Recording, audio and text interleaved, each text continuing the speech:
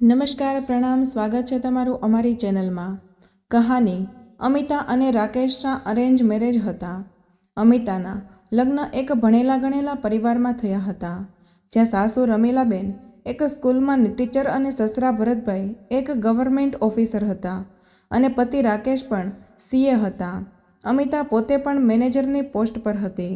રાકેશ અને અમિતાએ પહેલી નજરમાં જ એકબીજાને પસંદ કરી લીધા હતા અને પછી જલ્દીથી બંનેના લગ્ન પણ થઈ ગયા હતા અને લગ્નને 1 મહિનો થવા આવ્યો હતો અને અત્યાર સુધીમાં રાકેશ અને અમિતા હનીમૂન પરથી પણ પાછા આવતા રહ્યા હતા।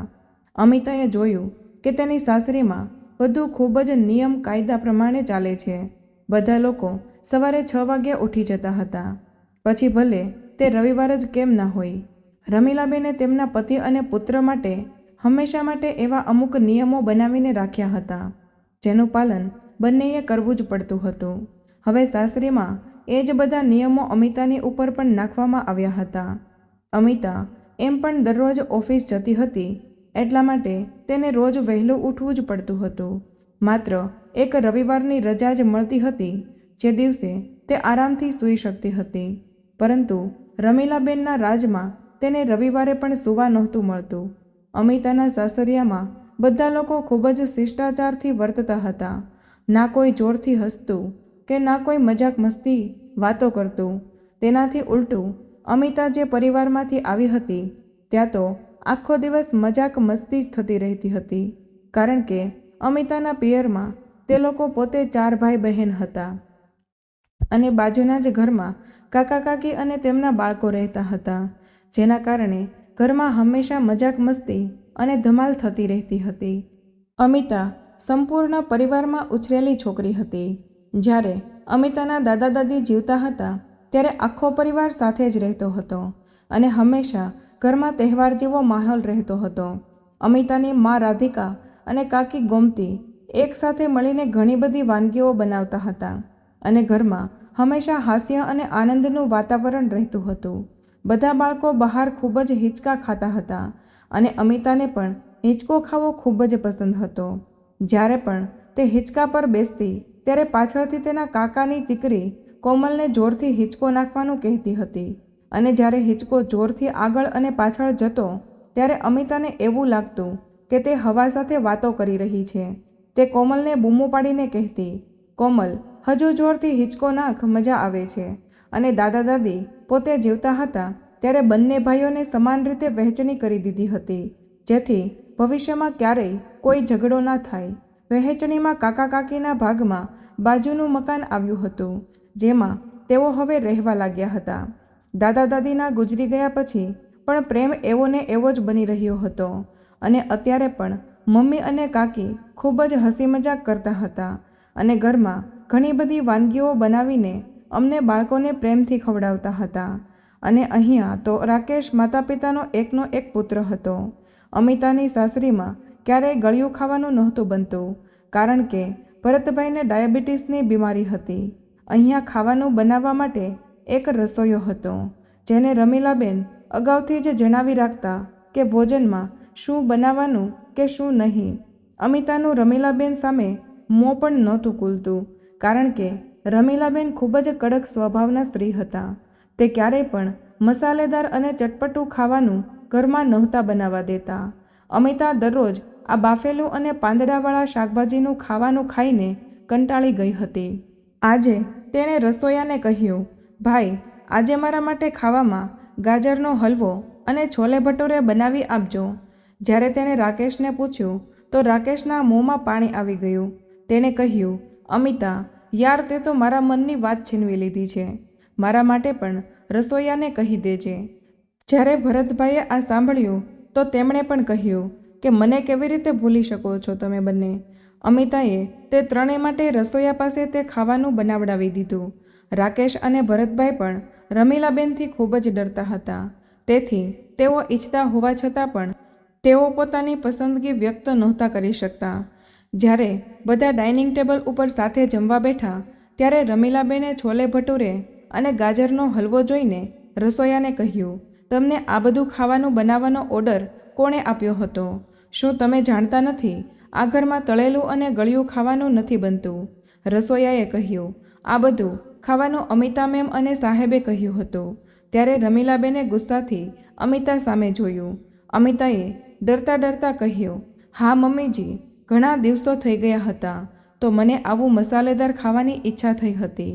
અમિતા, જો તને ઈચ્છા થઈ હતી તો તે તારા સસરા અને પતિ માટે આવું ખાવાનું કેમ બનાવડાવ્યું?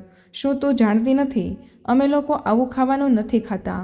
અમિતાના ચહેરા પર ડર સ્પષ્ટ દેખાતો હતો. તેણે કહ્યું કે ભૂલ થઈ ગઈ મમ્મીજી, હવેથી હું ધ્યાન રાખીશ.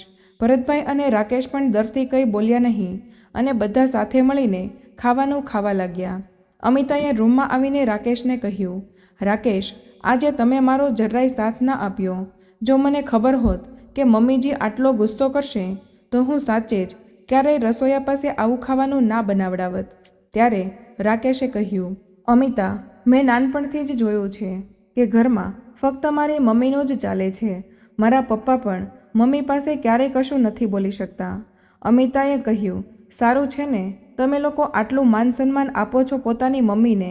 રાકેશે કહ્યું, અમિતા, માન સન્માન અને ડરમાં ખૂબ જ મોટો ફરક હોય છે. અહીં હું અને પપ્પા મમ્મીથી ડરીએ છીએ. તેથી જ્યારે પણ મને અને પપ્પાને કંઈક મસાલેદાર ખાવાનું મન થાય છે ત્યારે હું અને પપ્પા છુપાઈને કોઈ ઢાબા ઉપર જતા રહીએ છીએ. ત્યારે અમિતાએ કહ્યું, અચ્છા, મમ્મીજીને આ વાતની નથી ખબર? રાકેશે કહ્યું, મમ્મીને અમારી ઘણી બધી વાતોની નથી ખબર, કારણ કે મમ્મીએ ક્યારેય અમારી સાથે મૈત્રીપૂર્ણ વર્તન જ નથી કર્યું.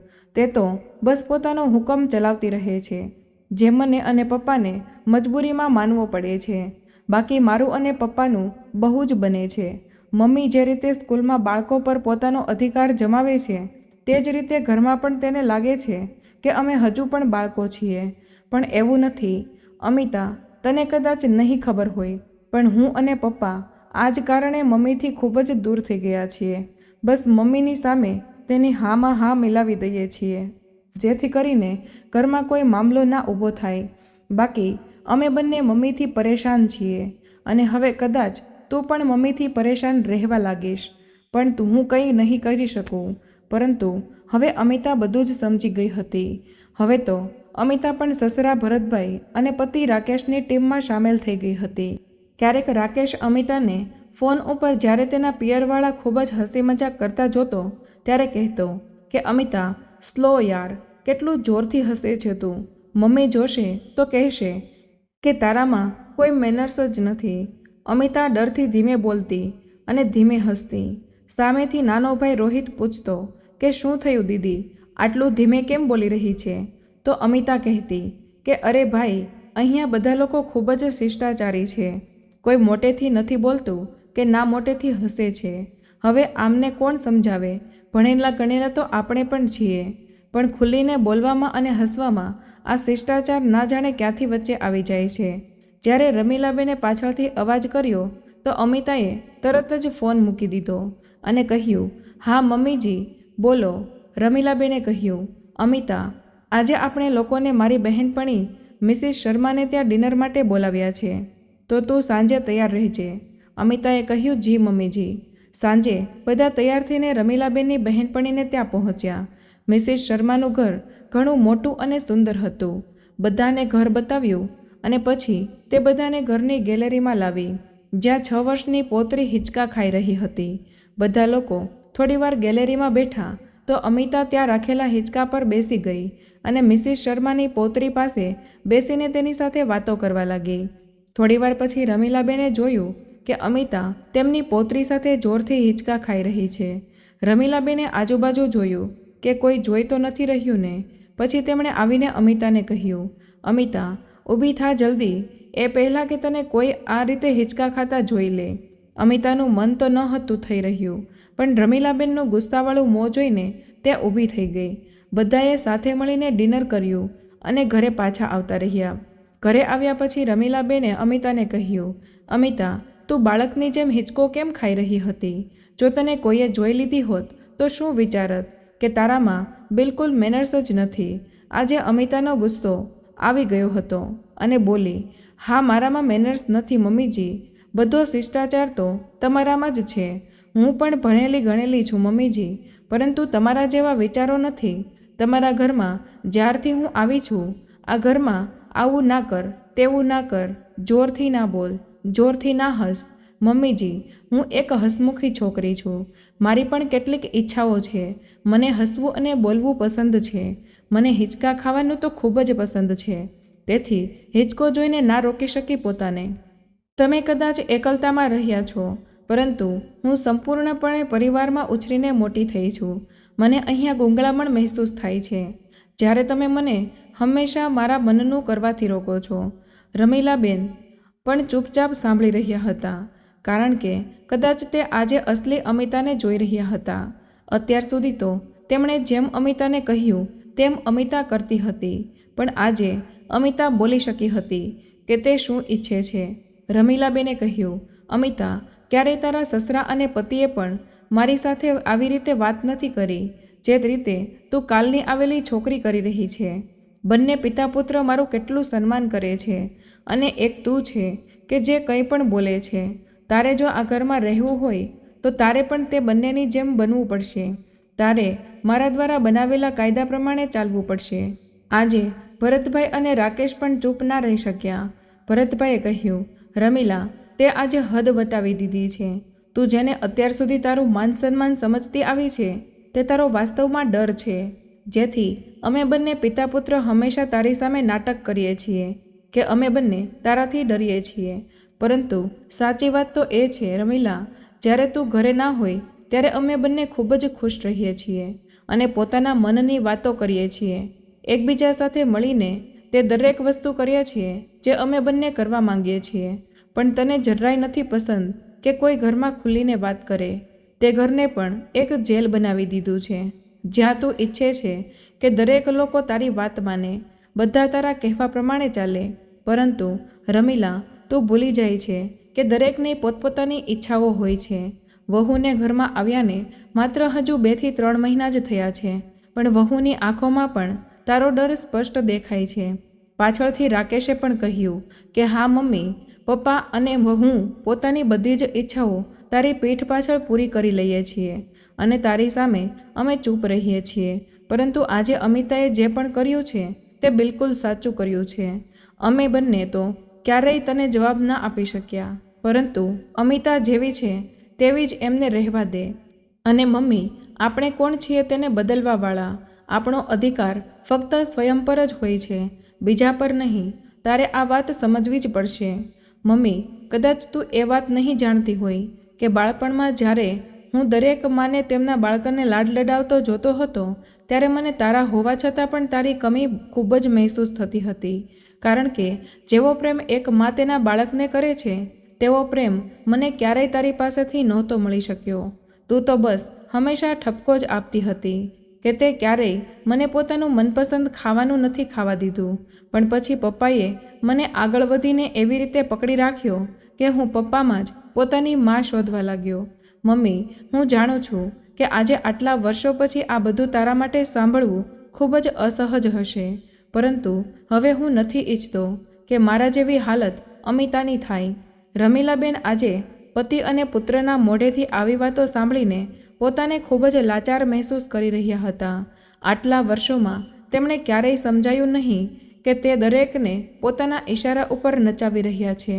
બસ ક્યારેય કોઈની લાગણીઓને સમજવાની કોશિશ ના કરી. બસ તેમના ઉપર પોતાના ઈચ્છાઓ રાખતા રહે છે. આજે તે જોઈ શકતા હતા કે કેવી રીતે તેમના કારણે રાકેશ, ભરતભાઈ અને અમિતાએ તેમની સામે બળવો કર્યો હતો. રમીલાબેન પતિ અને પુત્ર પર બસ ધાક જમાવવા માંગતી હતી, પરંતુ તેના બદલે જો તેમને પ્રેમ આપ્યો હોત તો આજે આ દિવસ ના જોવો પડત. આજે રમીલાબેને પોતાની ભૂલ સ્પષ્ટ જોઈ શકતા હતા. સૌપ્રથમ તેમણે પોતાના પતિ અને પોતાના પુત્રની માફી માંગી અને કહ્યું કે મને માફ કરી દો. આટલા વર્ષોથી હું તમારા બંનેની મિત્ર ના બની શકી, પરંતુ આજે અમિતાએ મારી આંખો ખોલી દીધી છે. રમીલાબેને અમિતાની પણ માફી માંગી અને કહ્યું, હું ખરેખર એ ભૂલી ગઈ હતી કે તારી પણ કેટલીક ઈચ્છાઓ હશે. હું જેવી પોતે છું, કદાચ તને પણ એવી જ બનાવવાની કોશિશ કરવા લાગી હતી. પણ અમિતાએ હવે પોતાની સાસરીવાળાને પણ પોતાના રંગમાં ઢાળી દીધા છે. અહીં પણ હવે બધા જ ખુલીને હસી મજાક કરે છે. અને ખુલીને જીવન જીવે છે. ખુલીને જીવવું શું હોય છે, આ રમીલાબેનને અમિતાએ શીખવ્યું હતું. મિત્રો, આ જીવન ખૂબ જ સુંદર છે. આને ખુલીને જીવવું જોઈએ, ના કે નિયમ અને કાયદામાં બંધાઈને પોતાની ઈચ્છાઓને મારી નાખવી જોઈએ. આપણે પોતાના કામની સાથે સાથે હસવું અને રમવું પણ જોઈએ. જીવનમાં પ્રિયજનોની સંગત અને ખુશીઓ ભરી દે છે. પરિવારનું વાસ્તવિક સુખ એકબીજા સાથે હળીમળીને રહેવામાં જ છે. તેથી દરેક ક્ષણનો આનંદ માણવો જોઈએ. ના જાણે ક્યારે જિંદગી આપણો સાથ છોડી દે. તો મિત્રો, આ વાર્તા તમને કેવી લાગી કમેન્ટ કરીને જરૂર જણાવજો. અને પસંદ આવી હોય તો લાઈક અને તમારા મિત્રો સાથે શેર કરજો. ચેનલને સબસ્ક્રાઈબ કરવાનું ના ભૂલતા. મળીએ એક નવા વિડીયો સાથે. ત્યાં સુધી બધાને જય શ્રી કૃષ્ણ. ધન્યવાદ.